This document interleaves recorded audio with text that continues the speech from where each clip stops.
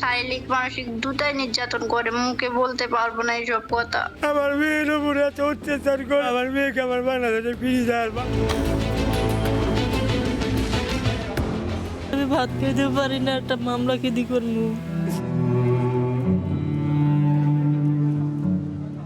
রিকশা চালক মজনু মিয়া স্ত্রীকে সাথে নিয়ে টঙ্গী ও আশুলিয়া এলাকায় খুঁজে ফিরছেন জাহিদুল নামে একজনকে। কেননা জাহিদুলের ঘটকালিতে মেয়েকে বিয়ে দিয়েছিলেন চায়নার এক নাগরিকের কাছে। বিয়ের কিছুদিন পরে স্বামীর সাথে মেয়ে মঞ্জুয়ারাও পাড়ি দেন চায়নায়। এরপর মা বাবার সাথে যোগাযোগ বন্ধ। কয়েক মাস পর হঠাৎ একদিন বাবাকে ফোন করে মঞ্জু, জানান তার ভয়াবহ অন্ধকার জীবনের গল্প। তাকে যৌন কাজে বাধ্য করা হচ্ছে, নিয়মিত চলে শারীরিক নির্যাতন। এইভাবে বাবা আমার থেকে প্রচারণা করলো, আমার মেয়ের উপরে এত অত্যাচার করে। আমি সরকারের কাছে একটাই আবেদন করি, আমার মেয়েকে আমার বাংলাদেশে ফিরে যাওয়ার বাবুর মতন মানুষকে যেন ফাঁসিতে ঝুলানো হয়। লাইফে কোনো কিছুর গ্যারান্টি নাই, তাই ইন্স্যুরেন্স করুন সিটি ব্যাংকে, কারণ ইন্স্যুরেন্স করলে সিটিতে সুরক্ষা পাবেন নিশ্চিন্তে। 2-3 মাস কিন্তু ভালো ভালো দেখাইছি, তারপর থেকে চলের সাথে মোর ভাই যদি টাকার কথা কয়, চলের সাথে মোর অত্যাচার করে, ডাংমার করে, আমার সঙ্গে যোগাযোগ করতে দেয় না। সেদিন আমার ফোন দিয়ে কয়, মা আমারে যাইতে দেয় না, মা আমার পাসপোর্ট ভিসা সব কাড়ি নিয়েছে, মা তুই একটু মামলা করে দে। চায়নায় থাকা মঞ্জুয়ারার সাথে যোগাযোগ করে চ্যানেল ওয়ান। দুঃসহ জীবনের বর্ণনা দিয়ে দেশে ফিরে আসার করুণ আকুতি জানান। প্লিজ আমাকে সাহায্য করেন, আমি এখানে অনেক বিপদে আছি, আমি এখান থেকে বাংলাদেশে ব্যাক করতে চাই। আমাকে কোনো কিছু খাইতে দেয় না, কিছু চাইলে আইনা দেয় না, শারীরিক মানসিক দুটাই নির্যাতন করে, মুখে বলতে পারবো না এইসব কথা। আমি লোকেশন তো বলতে পারি না, কিন্তু আমি চায়নাতে আইছি এটাই জানি।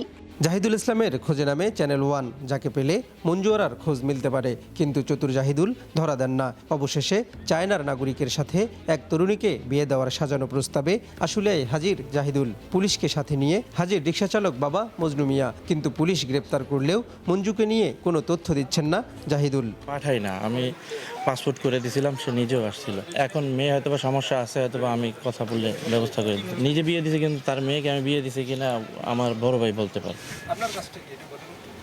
এই একটি ঘটনাই নয়, আশুলিয়ার পোশাক শ্রমিক এই নারীও বিদেশে সুখের জীবন আর নগদ টাকার লোভে বিয়ে করেছিলেন চায়নার নাগরিক ঝাংকুয়ানকে। কিন্তু বিয়ের কিছুদিন পর স্বামীর কর্মকাণ্ডে সন্দেহ হলে চায়নায় না যাওয়ার সিদ্ধান্ত নেন তিনি। বিয়ে হলে তোমাকে এরকম 3 লাখ টাকা 3.5 লাখ টাকা দিবে, হ্যাঁ, তোমার প্রত্যেক মাসে মাসে 10,000 টাকা করে খরচ দিবে। পাসপোর্ট অফিস থেকে আসার পরে আমি জানতে পারলাম যে আসলে ওরা ফেক। এই নারীর বিয়ে হয়েছিল রেহানা নামে একজনের মাধ্যমে। আশুলিয়ার নরসিংহপুরে বোনের বাড়িতে থাকতেন রেহানা, কিন্তু প্রায় 6 মাস আগে বাংলাদেশি 2 তরুণীকে চায়নার নাগরিকদের সঙ্গে বিয়ে দিয়ে তিনিও তাদের সঙ্গে সেদেশেই চলে গেছেন।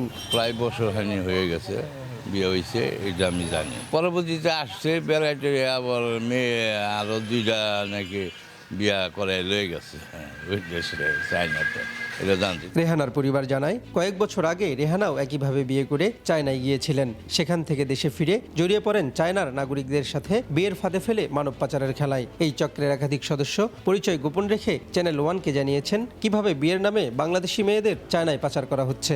একজন চায়না যদি বিয়েই করে, সে বিয়ের ভিসা করবে, করে নিয়ে চায়না নিয়ে যাবে। সে ব্যাংকক নিয়ে যাবে কেন, অন্য জায়গায় নিয়ে যাবে কেন, সে অন্য দেশে নেবে কেন? বাড়ি ধারে পুরো ওর একটা বিল্ডিং রাখা, এই চাইনিজ ব্যবসা করেও। তারা একটা টুরিস্ট ভিসার মাধ্যমে ওই মেয়েটাকে ইন্ডিয়া অথবা নেপাল যে কোনো জায়গায় আর কি প্রথমে শিফট করার পর ওইখান থেকে ওইসব দেশে আবার চায়নার এই ভিসাগুলোর নাকি অ্যাকসেপ্টেবল, ওইখান থেকে পরে ওই মেয়েকে চায়না শিফট করে।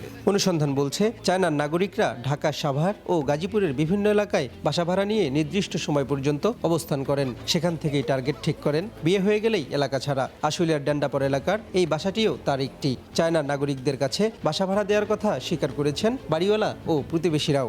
ওরা এখানে ছিল 2 মাস, কিন্তু 2 মাসে 10 দিন এখানে থাকছে নাকি তারও ঠিক নাই।